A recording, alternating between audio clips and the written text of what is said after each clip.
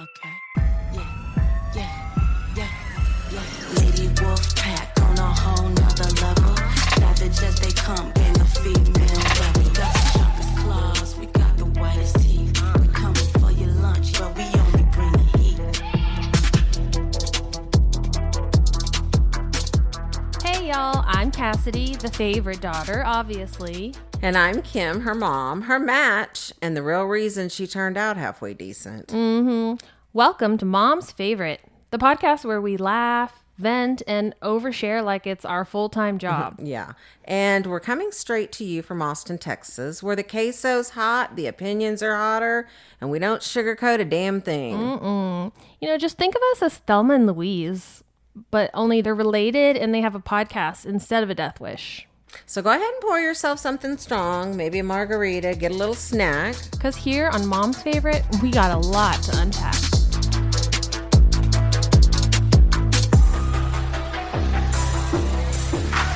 Forward by Sarah Griesimer, PhD, licensed psychologist. Being a psychologist myself did not protect me from the truly devastating experience of seeking mental health support for my daughter. Before she was diagnosed properly with PANDAS, 2 psychologists suggested she had autism. One therapist thought she was depressed, and another diagnosed her with generalized anxiety disorder. I've never been so angry and disappointed in my profession. Yet I understood. In my 10 years of training to be a child psychologist, no one had taught me anything about autoimmune encephalopathies, such as PANS and PANDAS, and how they impact children's mental health. This topic was not represented in my neuropsychology coursework. In fact, PANDAS was only getting a name after I graduated. I became an expert only through helping my own daughter. Now I work with parents whose kids have PANS and PANDAS because I want those parents to be given the things I didn't receive: compassion, knowledge, hope, safety, care, and support. For those of you new to it, PANDAS and PANS is a type of autoimmune encephalopathy. In short, this describes a disorder where the body attacks itself, in this case, its own brain, in the process of fighting a virus, infection, bacteria, or allergen. For PANDAS, pediatric autoimmune neuropsychiatric disorders associated with strep, I know, it's a mouthful for sure. The triggering infection is strep. Although children with PANDAS can have autoimmune responses to other triggers as well. For PANS, pediatric acute onset neuropsychiatric syndrome, the trigger might be a tick-borne illness, a viral infection, or mold or other toxin. While our understanding will continue to evolve, our current theory is that the self-attack results in the swelling of the basal ganglia part of the brain. That swelling leads to a wide range of symptoms, including but not limited to obsessive compulsive disorder, tics, generalized anxiety, separation anxiety, school anxiety, depression, attention problems, intense rages, extreme sensory sensitivities, sleep issues, food restrictions, urinary issues, writing and math regression, executive functioning skills, and in extreme cases, hallucinations and psychosis. Not all kids have all symptoms. There is no known cure for PANS and PANDAS, though there are treatments that can help manage the effects and encourage the body to heal. PANDAS and PANS isolates parents and ruins marriages in a way I have seen few other psychiatric conditions affect families. Children who could leave the house, have play dates, go to school, and follow directions are suddenly incapacitated, rageful, anxiety-ridden, unreasonable, paranoid, and homebound. Stressed couples who used to be on the same page with parenting find themselves arguing about how to handle every new and scary behavior. Therapists give conflicting advice. Don't feed into the child's anxiety, but also don't push them too hard because you'll trigger a rage. Your pediatrician might not believe that PANDAS and PANS is real, increasing the isolation and confusion and delaying treatment for the child. Families find themselves lost, alone, and terrified. I'm speaking of families rather than focusing on the child with the PANDAS and PANS. This disorder is a systemic issue. Parents, family, extended family, educators, child care, neighbors, and are all affected by this disorder. The mom who struggles to send her child to school because doing so results in the child attacking the parent or harming himself needs support and flexibility from teachers and school officials. The dad who fears his neighbor will call Child Protective Services on him because his child is screaming, "Don't hurt me," needs to know that his family is safe in their neighborhood. The parent who is barely getting through each hour needs encouragement from extended family, not insinuation that this is somehow a permissive parenting issue. Caregivers who are repeatedly hit, attacked, bitten, and screamed at need healing from the very real trauma that their bodies are experiencing. The dilemma of how to get broader support and understanding is real. How do you explain to your child rages are not the same as your best friend's daughter's tantrums? How do you talk about what your family is experiencing without shame or embarrassing your child? How do you convince your child's teacher that your child isn't a manipulative brat? I've actually heard that myself quite a bit. But they are in incredible pain and distress. In the middle of chaos and mental exhaustion, parents are tasked with piecing together a medical and emotional support system that doesn't believe their problem is real. The challenge of being seen and getting support are the two most common themes I hear from parents. Number one, I don't want to feel shamed for my parenting by telling people how bad things really are. And number two, nobody understands how bad things really are. In order to solve number two, we have to start with number one. Our culture tells us repeatedly that there is a right way to parent. And if you act in this magical right way, that any one of 100 parenting books will claim that they are knowledge givers of, then you can magically control your child's behavior. This way of thinking makes sharing typical parenting struggles difficult and sharing PANDAS PAN struggles downright impossible. On to number two. Nobody gets how bad things really are. Once parents have a better understanding that people seeing their child rage or run into the street or yell swear words does not make them a bad parent. It becomes easier to actually share how bad it is. Often the resistance to talking about how bad it is the desire for our friends to just understand, or what I call read our minds. We want them to automatically know that when we say, I'm not really struggling. That doesn't mean my kid slammed a door and gave me the silent treatment and I'm really mad. It actually means I feel so much desperation and rage when my kid knocks over a bookshelf and throws books at his sister that I think I'm going to either implode and hide in the bed forever or explode and might actually hit my kid. Unfortunately, mind reading, as much as we really want people to be able to do it, is not real.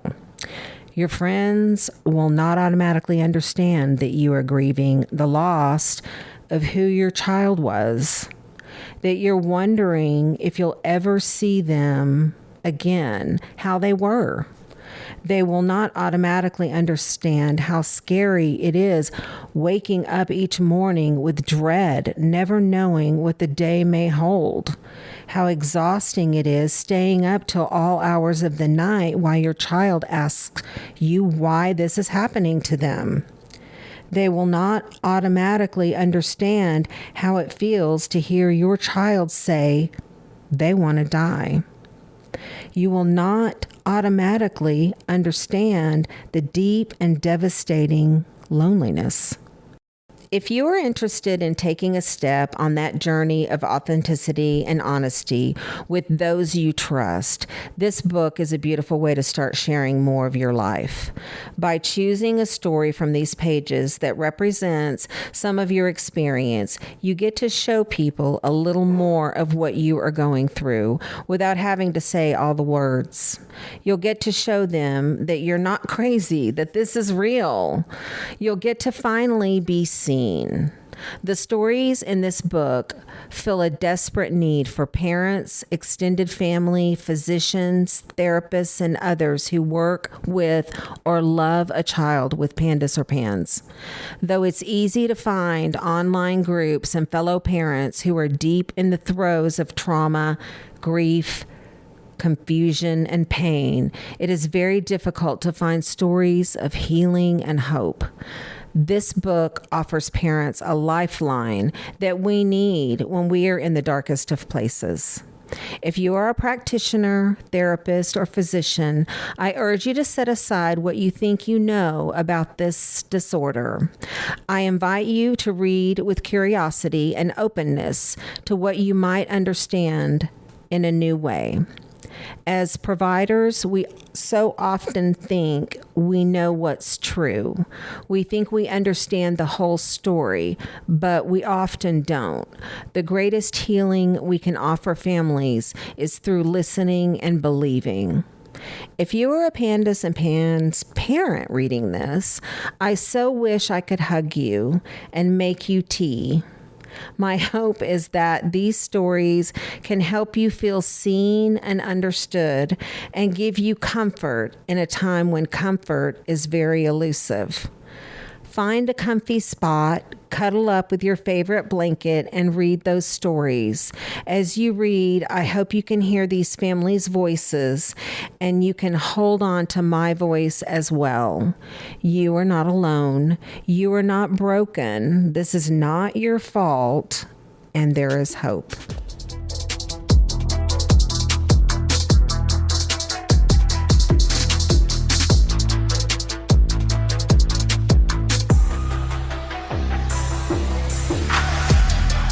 Hey, welcome back, potty people. That's what Cassidy used the last time. Potty people. Anyway, so we are in our cute new recording studio and are so excited. We have a very special guest today.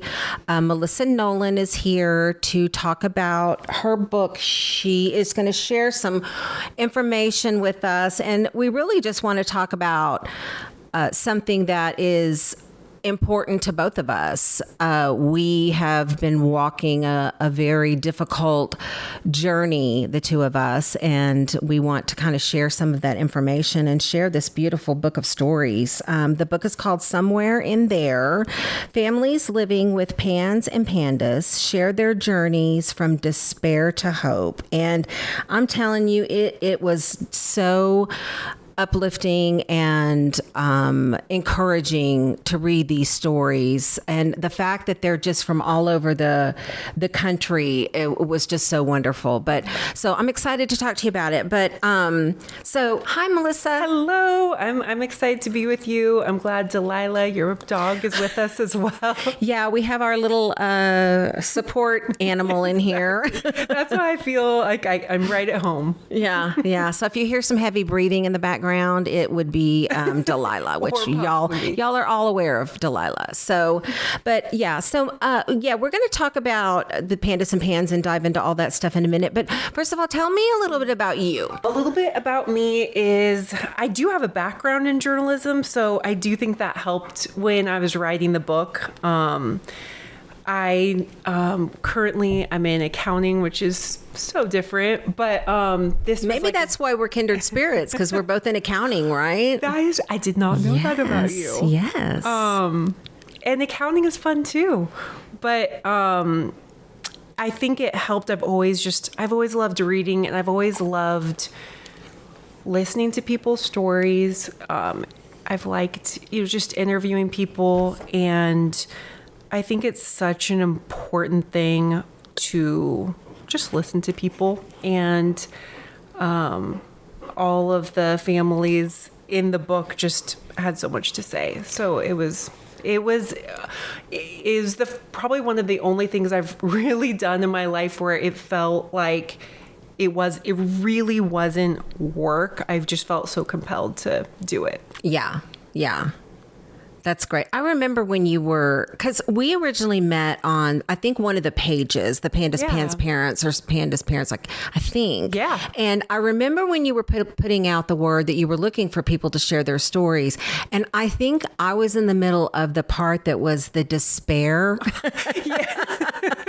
We haven't gotten out of that yet, so I wasn't really quite ready to share any kind of hope at that point, because I didn't have any hope. And boy, this book really provides that hope, because you think when you're in the trenches of it, you're never going to get out of it. That's exactly and right. So that good. is really why I wrote it. I mean, there were two main reasons why I felt like I just had to do it. Actually, I would say like the secondary reason, not the primary, but the secondary reason was for other people outside of this world to understand what it's really, really like behind closed doors. Because if you were to just look up on the internet, what is pandas? What is, pans? You see these like list of symptoms like OCD. Well, that can mean so many different things. Correct. And it looks so different in every kid. So just seeing a list does not capture the hell, or does not capture what it's actually like in your home when you have a kid who, I mean, there's so many different types of OCD alone, Right. as you know. Oh, yeah. There's religious OCD. There's contamination OCD. Well, then what happens when you add depression? What happens when you add anxiety, separation anxiety, school refusal, ADHD? They're words on a page, but somebody's living with this, and they all look different in different kids. So I wanted to paint a picture for teachers or psychologists or other family members who don't understand what it's really like. But the main reason was obviously for families, because as you so well know, when you go on a Facebook page for the first time for pans or pandas, you're just in shock, because you are only seeing people in crisis. Mm-hmm. And it feels like, wait a second, is everyone suffering? Are any of these kids getting better? Is there any hope? Are we all doomed? This is horrible. You feel camaraderie. You feel like it's amazing to be in a space where people truly understand what you're going through, but it's also so depressing. Yes. And I just remember when somebody would post about their child doing something they had never done before, succeeding at something, when they shared that their child was able to thrive and that their child was healing, people would be so excited and so happy. And so I just thought, okay, we really need this. We really need stories of hope to know that kids do survive this. They do heal. Yeah, I think that's absolutely critical. I think it goes back to the very beginning. If you'll think back to when you first thought something might be wrong, trying to figure out what's wrong, I think it starts with knowledge and understanding and how we were told. I mean, we're from kind of the same time frame of all of this. And back then, now Pandas and Pans, they're starting to talk about it. But back then when you went in, first of all, they would say they never heard of it. And if they did hear of it, it wasn't a real thing. It's not real. How can you treat and cure and make something better when it's not even being acknowledged? It is truly insane to me. One of the things I mentioned in the book toward the end is that Stanford did this because Stanford has a Pans and Pandas clinic, which is awesome. Yes. And I remember them putting out a study of the caregiver burden on Pans and Pandas parents. And there's sort of this index, and when they looked at the burden for Pans and Pandas parents, it was higher than the burden of taking care of someone with Alzheimer's. Oh. Which doesn't surprise us, but that's a huge burden. But when I thought about that, I thought, you don't talk to someone who takes care of someone with Alzheimer's and hear from them that they had to go convince 5 to 10 doctors that their loved one has Alzheimer's. But that's what you have to do when you're a Pans and Pandas parent. And just how insane that is. And so the burden becomes so much higher. Yeah. And I think because a lot of the symptoms are behavioral, people just want to say, well, it's parenting, or it's just the kid, or it's behavior problems. And I think that was one of our biggest problems, was trying to convince not only, school, whatever, but even some of our own family members and close friends. Hey, and I know they were all sitting back just thinking, that kid just needs a good spanking, or, they're just letting him get away, but they didn't understand. We were letting him because we were trying to keep him alive. Yes. So, I think it's really important. That's what I love about the book, is that people that maybe they have a family member or a good friend or whatever, that they can maybe identify with it a little bit, and maybe you can kind of feel a little bit more like, hey, maybe this really is sort of going on, and maybe I shouldn't. I know. I think so too. And I think parents have told me that they've been able to give it to, like, let's say a grandparent or a teacher, and so that they can maybe one story doesn't resonate, but another story does. Because think about our society and how we are with parenting in general, parenting a totally typical kid. There's sort of a defensiveness that we all have as a parent of always trying to make sure your child is doing the right thing. And when you have any kind of issue, a minor issue, it's challenging as a parent. And then, like you said, you sort of multiply that by 1,000. Mm-hmm. You're already just incredibly stressed trying to figure out everything. You're already questioning yourself as a parent. You're already questioning everything. And so to have somebody else's judgment is incredible. And that's why these parents feel so isolated, right? Because you don't want to share something that sounds insane because it is insane. It's insane. Exactly. That's so true. That's so true because honestly, my close friends did see it. But if you try to explain, for example, I did read in here, one of the families did mention about the going to school thing. And that's a huge PANDAS thing is the school refusal. And I think for us, that was basically the anxiety of, I just cannot do this. I can't, my anxiety level is so high right now. I can't manage being around people and I can't manage being in this place. But, I can remember days where we would spend maybe 2 hours just trying to get him in the car to go to school. Yes. And so I don't think people are thinking like school refusal, we'll just make them go. Well, you literally cannot. And we've literally had principals and resource officers trying to coax, hey, come on, get out of the car.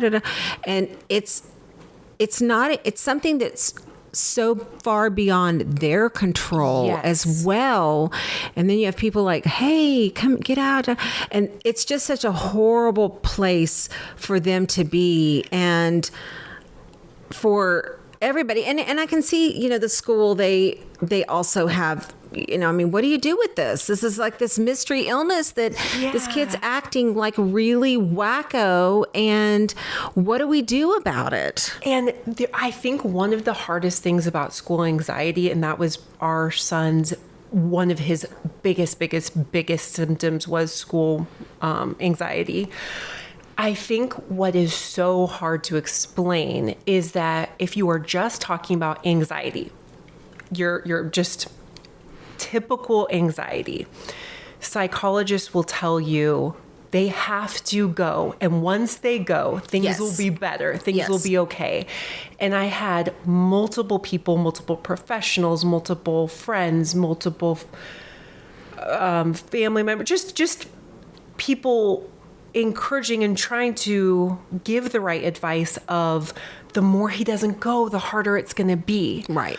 What they didn't understand is it was like trying to push him out of an airplane every single morning, and there were times he couldn't even get out of his room, let alone out the door, let alone in the car, let alone out of the car.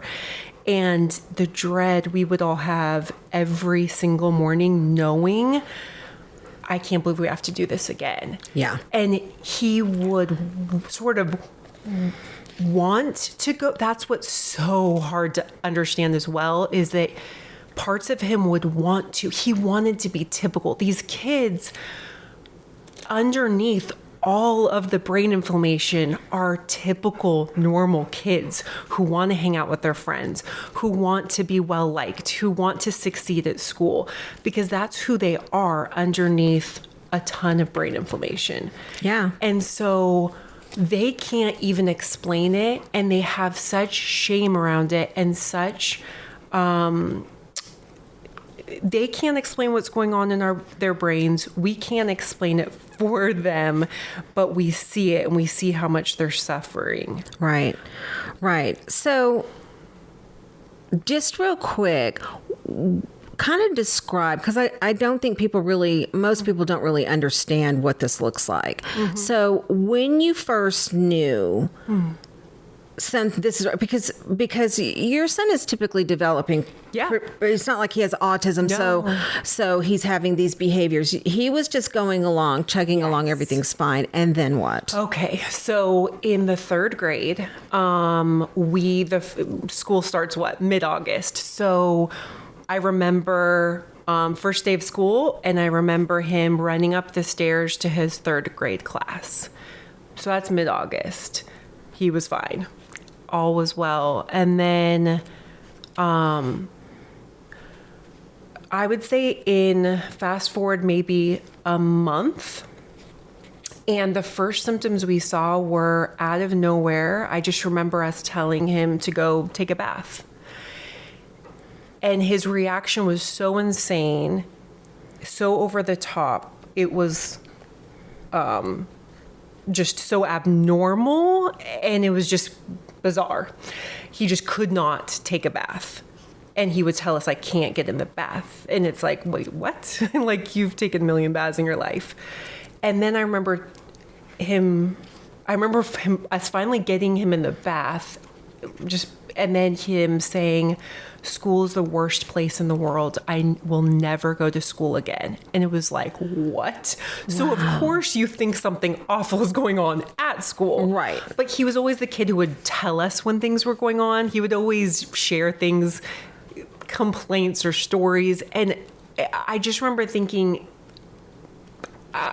it didn't seem like anything was happening at school. He couldn't say why school was horrible. But of course I kept it in the back of my mind that, okay, something might be going on at school.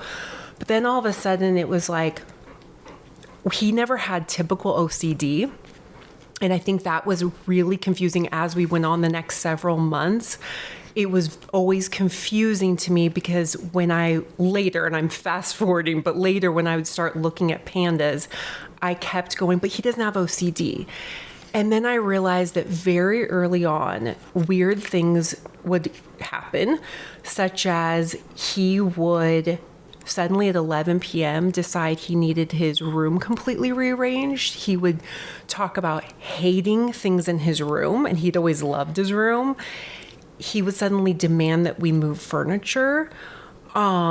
So the type of OCD he had, it was like he would get something in his mind that had to happen. And if it didn't happen, all hell would break loose. Right. And if you see that in another kid, or if you would describe that to somebody, oh, he wants to change his room. He wants to change, he wants new furniture and he's demanding it and he can't move on until he gets new furniture. You'd be like, well, that sounds kind of bratty.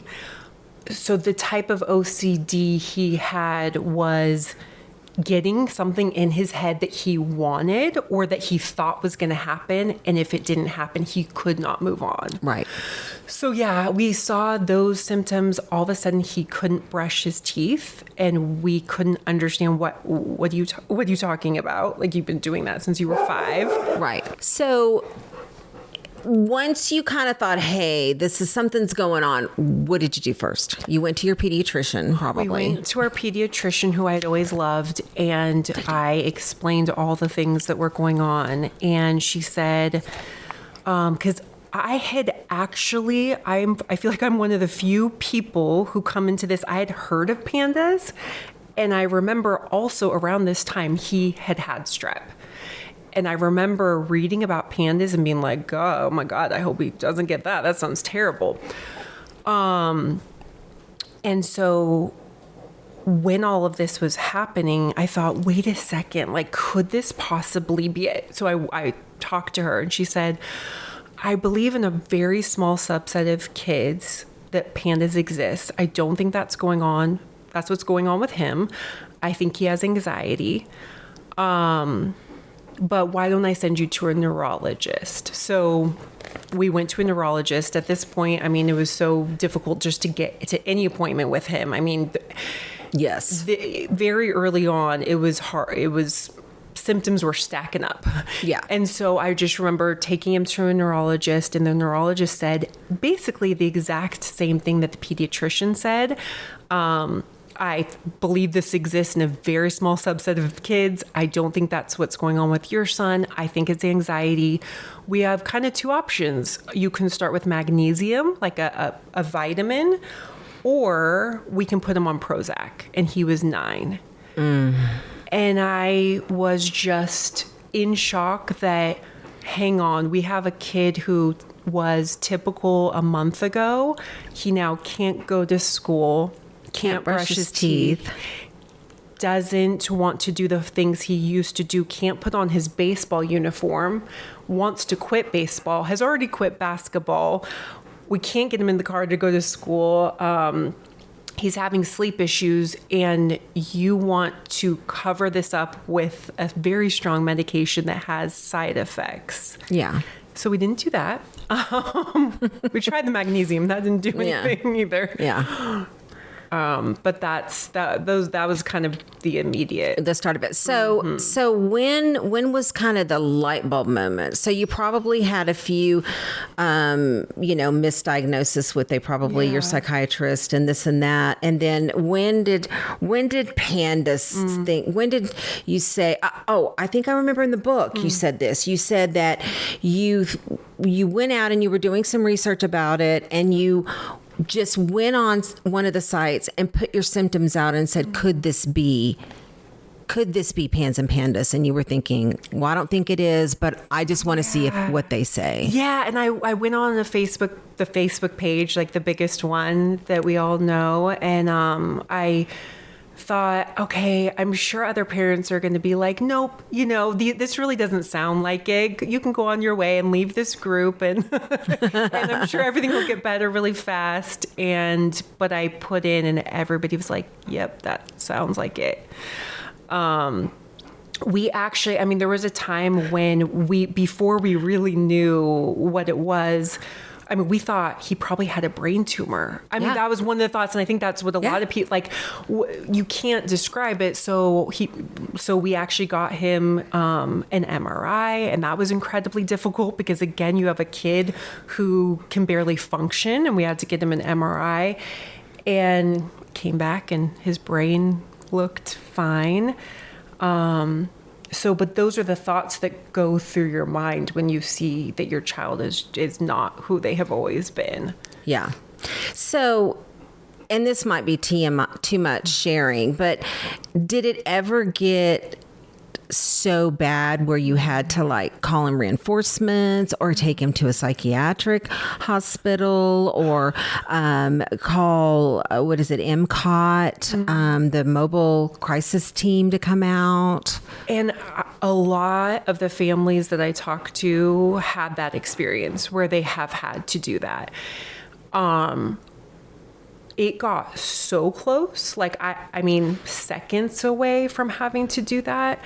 There were times that we would literally just be on my husband and I would just be collapsing with just, what do we do? Is he safe here? Are we safe here?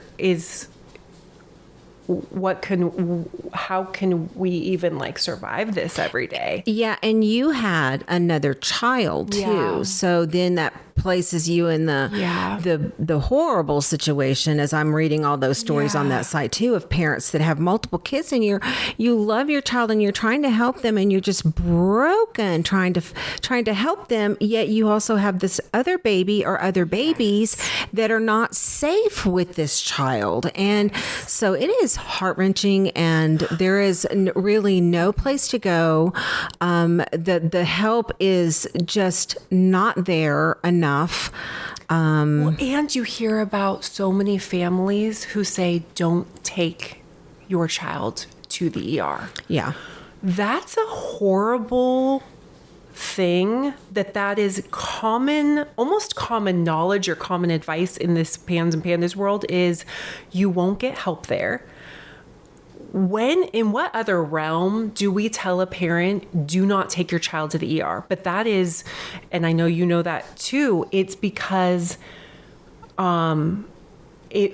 oftentimes you're going there to help your child calm down or be in a safe space. And often at times it makes them more upset or agitated when, first of all, they're not going to, unfortunately, probably be seen by people who understand it. Right. Well, I think that's kind of where it starts, is they're putting him in there, and they don't, first of all, are treating something that they don't even believe in, and they don't know how to treat it because it's just this mystery group of illnesses into one thing. And so they're treating them like it is a psychiatric disorder. And so they're putting them in rooms with people or facilities where there are other people with serious psychiatric issues. And so it's a very, very, very bad place to have to go. And we unfortunately did have to do that a couple of times, only because it came between saving his life, or we're going to have to do this because literally we're going to lose him. 100%. And I remember I have a good friend whose son was getting violent with PANDAS, and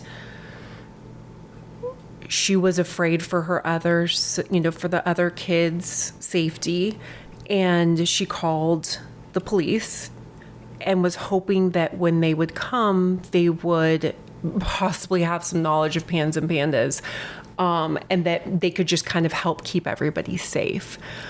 But what happened was, when the police officer got word that the child was violent against his dad, he said that he would have to go to juvie for the night, or for, I guess, a few hours.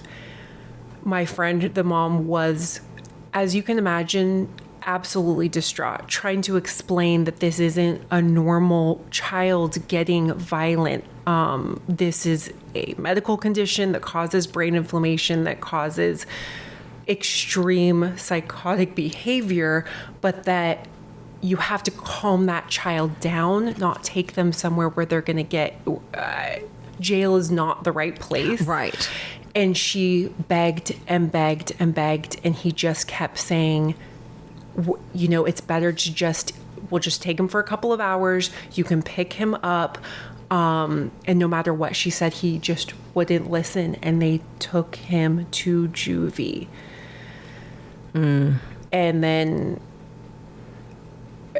yeah, I just get that. Yeah. I mean, it would be like coming and taking a sick child with cancer and going and throwing him into a place like a reform school or something where they, and that's what's really hard that we experience with our son is he knows that this is not right. And he knows that this is, why do I do this? Why am I doing this? And I did pick that up in the book, a couple of the stories where of the adults that now can reflect back and why am I doing this? And then you have so much shame and regret. And I can remember Jake flying off and doing something, and then he would be remorseful and he would be like, why? And it's so heartbreaking as the mom and the parents, both parents, to live with this. It's something that I'm so happy that we're able to sit and talk about it.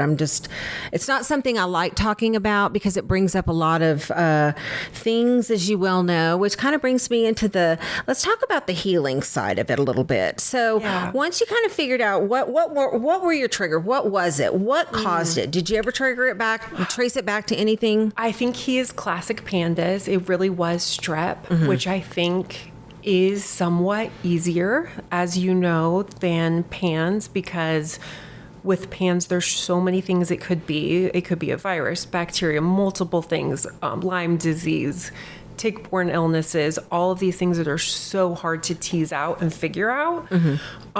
We always came back to, we knew around this time he had PANDAS, he had strep, and even though he was treated for the strep, and he didn't actually have strep anymore, but of course he had PANDAS symptoms. So we did low-dose immunotherapy for a couple of years, and it did help quite a bit. I would say the light bulb moment was when I was able to convince the neurologist, okay, instead of Prozac, can we do long-term antibiotics? Can we just see what more antibiotics would do for like a few weeks or a couple months? And surprisingly, he said, sure. I mean, I remember being on the ground in my room, just like on the phone with him saying, like, I don't think we can get through another day. Like, please, will you let us try long-term antibiotics? And he said, sure. So our son went from having a rage every other day to going about 40 days without a rage, which was incredible. He still had every other symptom, but that was the moment, obviously, over that month was like, okay, he actually has this. Like, this is nothing behavioral, nothing with our parenting has changed, nothing discipline. Like he is responding to this. And then what was the most wild thing was that my daughter, who was 6 at the time, my daughter and I both got strep, and all of his symptoms came back even though he was on antibiotics. And I don't even get how that works. I know. It's just the weirdest thing. What? So like he started raging again, even though he was still on antibiotics. Yes. That is so crazy.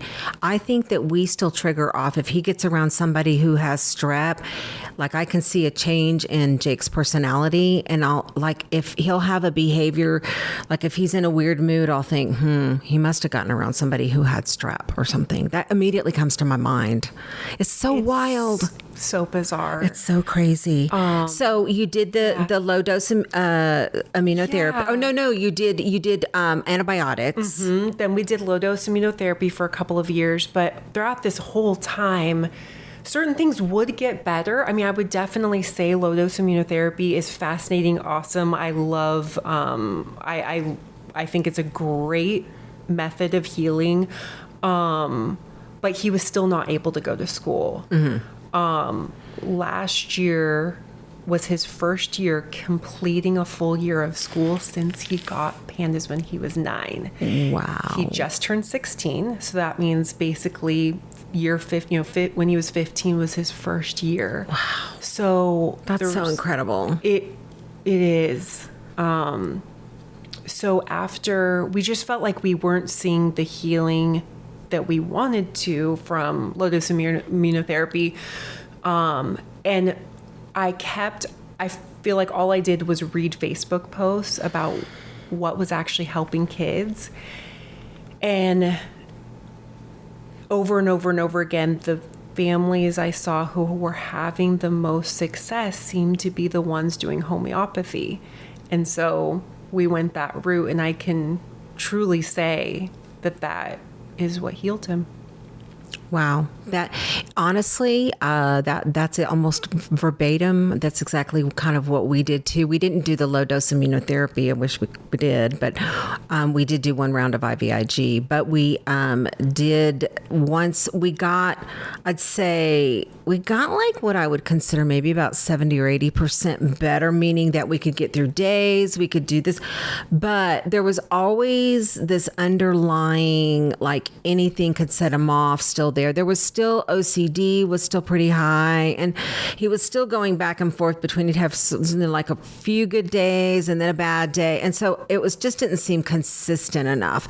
And so we also did the homeopathy. And I want to say that we had the most, really the most healing through homeopathy.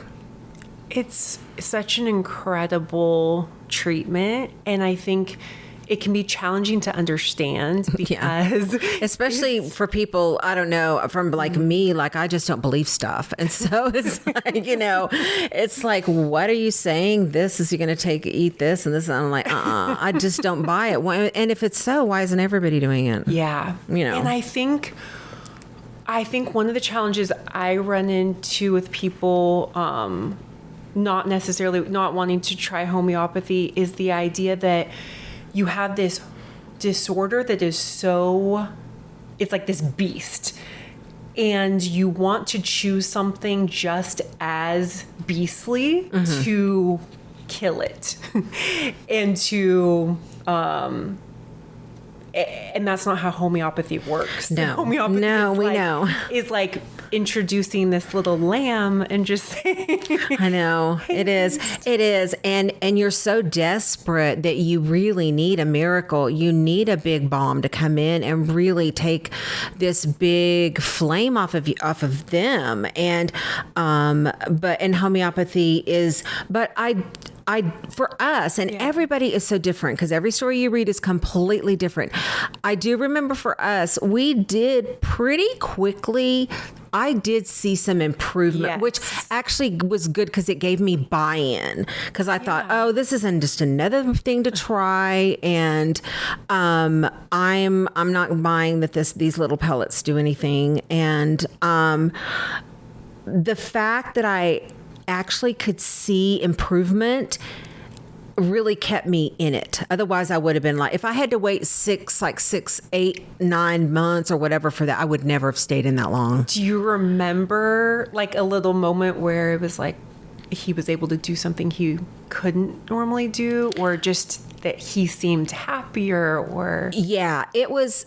I know that you know this. There's something dark that comes over their eyes where they look vacant, and they get, their eyes do tend to get very dilated, and they look not like that sweet, lovable baby that you gave birth to.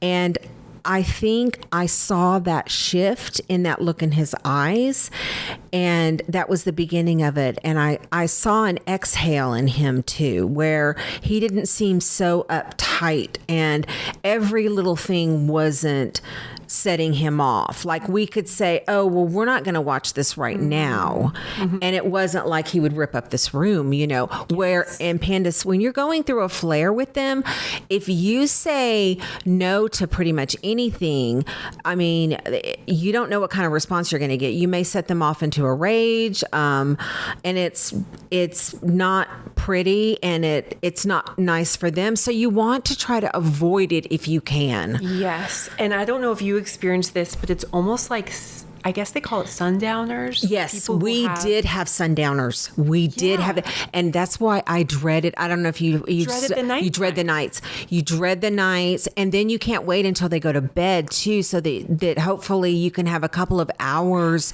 of peace maybe, but they're not sleeping well. So, so we definitely had the sundowners too. Yeah. And so tell what that is in case somebody doesn't happen to know what sundowners is. I mean, I think it's when people have dementia or Alzheimer's, or maybe certain other things where nighttime is just a very difficult, like it just neurologically, it starts affecting maybe mood. But I just remember our son would always, even during his darkest times, he still always wanted to be with friends, which was very surprising. And I just remember our wonderful neighbors in our neighborhood.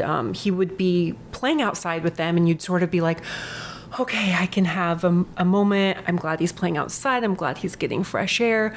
But then this dread would come over you, knowing that it's 5 o'clock and he's going to come in, and everything is going to change. And it's part of what's so bizarre, because people would only see that kid outside who's running around playing basketball. They would never imagine that 30 minutes later that kid would come in, and it's like you said, you can see it in their eyes. It's like a heaviness, a darkness.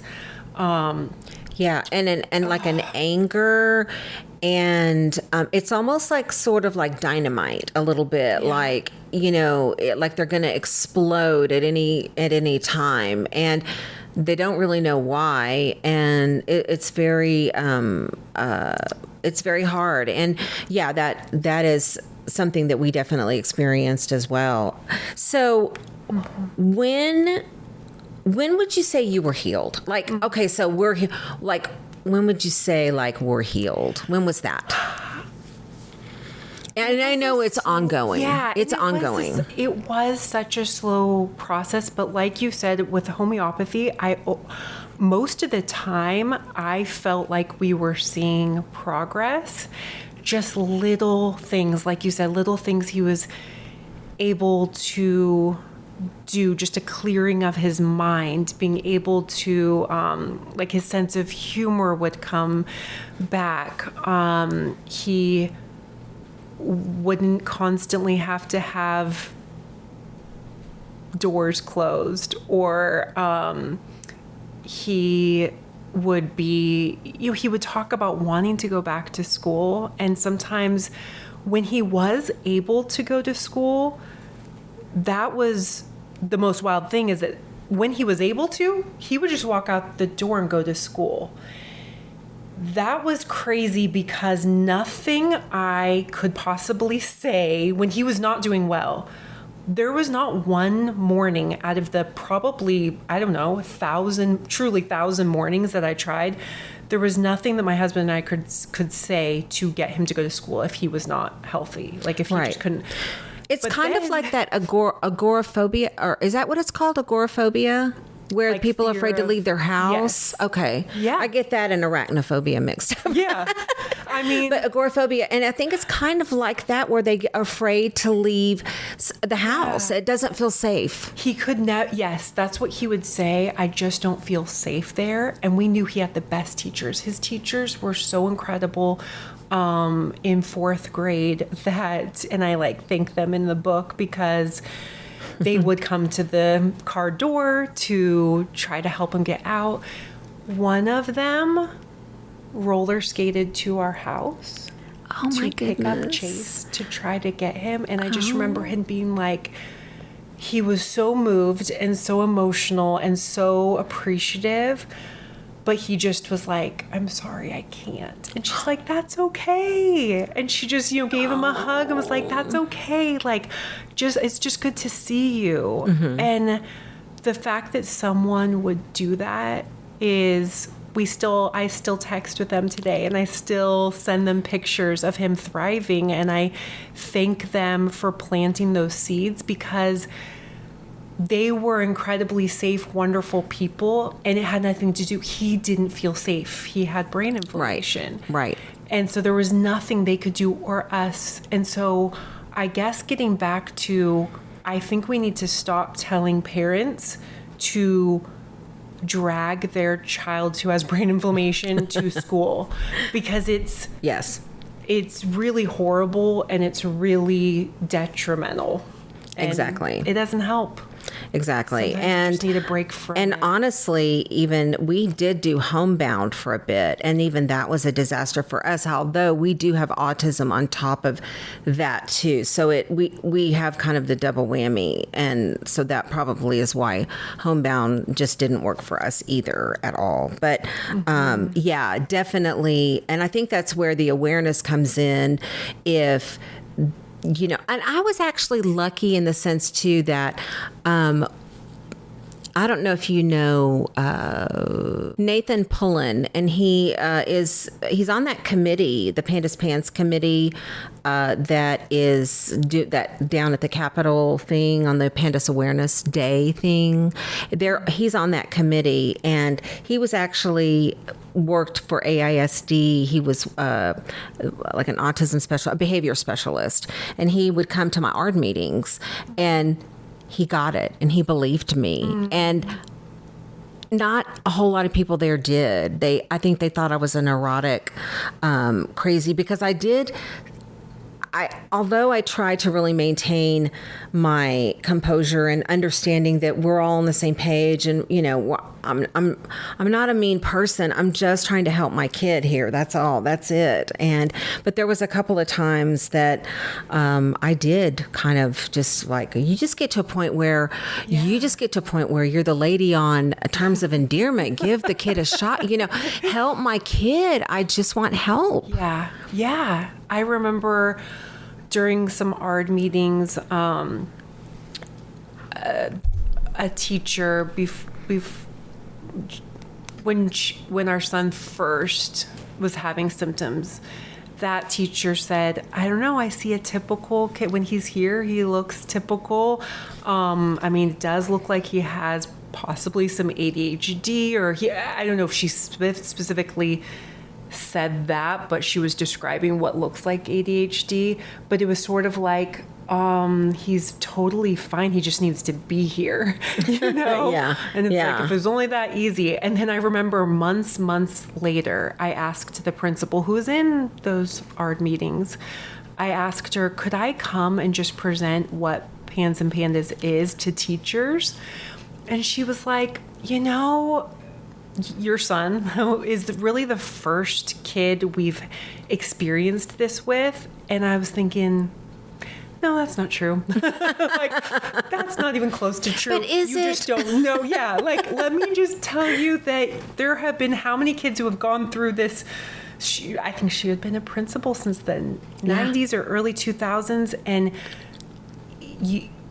there have probably been many, many, many, many, but they were told they have just quote unquote ADHD and maybe some OCD and maybe some anxiety, but so that was just incredibly frustrating because, man, she wasn't even interested in me trying to educate or just share. And I mean, gosh, if anybody offered to do something like that, no matter what it is, as long as it's on the up and up, I'm surprised that they wouldn't embrace that. But I'm actually not surprised, but they probably are looking at some sort of legality of the whole thing. But I'm so happy that you are post all of this and that. So what's it like now? What's life like now? Is it just normal life? Yes, and it is the most amazing when I tell you that multiple times a day, I thank God. Oh, I would not have. I know that not every PANS or PANDAS parent has a religious faith, but it was truly one of the only things that helped me survive. And I just thank God every day for just the healing, the lessons. I am not the same person. I think PANS and PANDAS takes all of your existing weaknesses and expands them and pushes you to levels you've never imagined you would ever get to as a person, as a parent. And but I feel like in those moments when I would just pray to God for his help, always there would be some glimmer of hope. Yes. Within minutes or things that were unexplainable, where things were as horrible as they could possibly get. And then I would just pray and pray, and either the four of us, our family would come together after something just terrible had just happened in our household, and we would get together and hug each other. Our son was able to just tell us he loved us, or he just felt so bad for what had just happened, or we were just able to come together, and there was just always a glimmer of hope. Right. So I just encourage people to, one of the hardest things as a parent, I think, going through this is it's actually kind of easy to do, to research, to constantly be trying to figure things out and be in control and write notes and make that next appointment.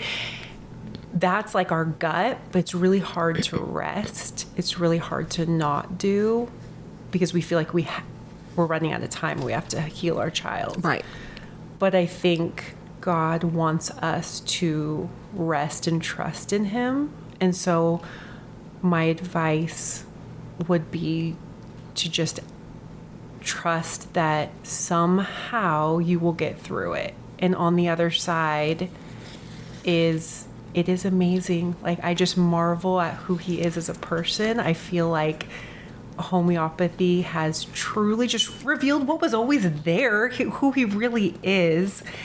He's so funny. He's so kind. He's so loving. He's grateful. He's mature. I just enjoy him, and I'm just so proud of him. And I feel like just every day I'm thankful. So what does he do for fun? Like, is he play sports? What's his thing? He plays basketball and he plays baseball, and he's going to be doing both of those for his high school. Awesome. And just to see him walk out the door every day like it's nothing. He wants to be on time. That's awesome. Oh, wow. He sounds amazing. And I mean, I don't know him, but I am doggone proud of him. Anybody who's come through that and is that kind of a little a little gentleman. I'm just so happy. And I love this success story so much. And thank goodness he had a mom that just wouldn't give up and wouldn't accept just, what doctors or other people were telling you, or you know your child. And I think that's kind of the takeaway from this is like, you know your child and you know if this is not normal. This is not normal behavior for your child. And if you happen to go to one doctor, ER, whatever, looking for help, and they're not telling you what you need to hear, then just keep moving. Keep moving. That's right. Keep fighting. Right. It's not worth the time to waste. Just talk to a doctor who you don't need to convince, who listens to you and says, yeah, it sounds about right. Because again, it's a clinical diagnosis. Right. There's not one single test that'll tell you. And so, did you guys do anything like the Cunningham panel or any of those testing or things? You probably didn't really have to, because with us, we were on the fence because we had the autism mix in with it. We were kind of like, what's autism? What? But I knew this is not autism. This is not our autism. Yeah. So, and I'm curious, what advice would you give to parents who have a child where they do have autism? How do you distinguish it? Because there is a lot of overlap. Yes, there is a lot. And it looks, and to tell you the truth, I'm not sure that a lot of it isn't all the same stuff. I don't know. It's just too similar, but I think a lot of it has to do with the degree of these things, the degree of these symptoms and things. Definitely, because prior to that, we had autism and it looked a certain way. And then after the change came, it was like we had a completely different autistic kid. It wasn't even our kid. And so I think trusting your own gut and keep looking for answers. And gosh, thank goodness for the boards. I mean, the message boards and the PANDAS and PANS page is that parents page group is a lifesaver. It truly is. And I think I wrote in the book too that it's like one of the only spaces I can think of where someone who is going through their own hell will take time to wish to give you a hug from across the miles. Yeah. We'll take time to say, I'm praying for you. We'll take time to say, well, this helped me last night. Maybe it can help you. Right. That is so cool. Yeah, I think too that's a good message, is you are not alone. And I think you put that in your book. It was I think I read it kind of towards the end. You're not alone in this. And first of all, I want to say thank you so much for coming and talking over this with me. I don't know if you're going to go. I am thinking about going down to the Capitol. I hate going down to the Capitol for stuff, but I want to go again because I've only gone once, and you and I were actually the ones to we walked around together to the different offices. To go to the different those aren't constituents. Those are the different politicians. Anyway, representatives. And I've done advocacy work before that, but the more we do it, the more the words get out. The more we say it, the more, and it's working because I'm talking to people now, and people know about PANDAS and PANS. Yes. People are talking about it. It is still wild to me that there are only 15 states that have some sort of, or require some sort of insurance coverage for PANS and PANDAS. Yeah. 15. And Texas is not one of them. Yeah. And so going back to the very beginning of when we were talking about caregiver burden, it's so expensive. As you know, IVIG could be $10,000 a pop. Yeah, or more. We paid $16,000. Well, we had a big kid too by then. He was almost, he was 16 or 17, and it's by weight. And of course, he's 6 foot tall, and so it was $16,000. Luckily, we did an appeal, and they did reimburse us for that, and we were able to get paid for that. Amazing. But there are people so desperate that they are mortgaging their homes and selling their valuables and downsizing, moving in with family members because they cannot afford treatments, and that just got to stop. Because some families need IVIG once a month, right? Which is, so multiply that amount, multiple times, right? I'm sure you've read, I feel like I've read on the Facebook page of, like you said, people truly living out of their cars, like you said, mortgaging their house, trying to, in really dire straits because they're trying to, or getting out of a moldy house because they know that their house has, or have to literally walk away from everything they own, their home, their belongings, down to their freaking clothes off their back, because everything has mold spores, and their child is reacting to it, and it's making them a crazy lunatic, and the hospitals are telling them they have schizophrenia. It's not schizophrenia or bipolar or whatever they want to label some of the more severe cases. And it makes you wonder how many kids are sitting in these places that actually have a medical problem.